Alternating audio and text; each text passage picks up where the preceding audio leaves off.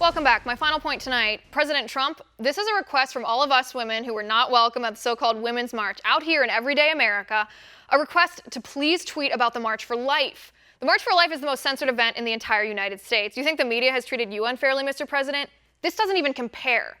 As many as 500,000 people marched in the freezing cold from all the states and all over the world in one of the largest peaceful marches on Washington, D.C. And what does the media do, sir?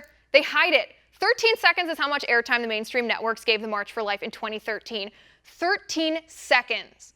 The New York Times wrote a whole story about Kellyanne Conway speaking at the March for Life, but didn't use the phrase March for Life once when they were talking about the event. They would only call it an anti-abortion march.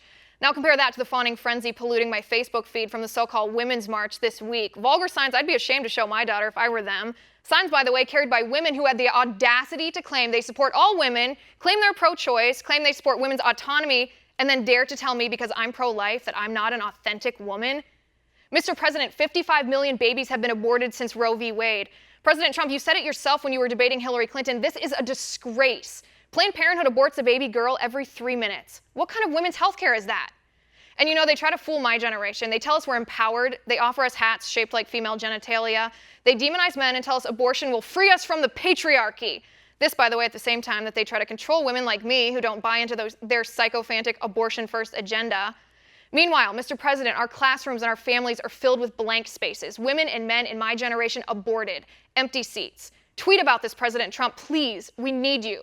We need you to bust through the media blackout. We need you to use your power and your platform to protect the most vulnerable among us. Use that Twitter account. Blast out a tweet in all caps about the March for Life the mainstream media refuses to cover because they're afraid when people hear about the truth about abortion, when they see the size of the crowds, when they realize that 84% of Americans oppose late-term abortion and a majority of Americans believe abortion ends a human life and believe it's morally wrong, they're afraid we'll become the most pro-life generation our nation has ever known. And that's my final point. You can reach me on Twitter at Liz_Wheeler. If you like the show, please send me an email at oann.com/contact.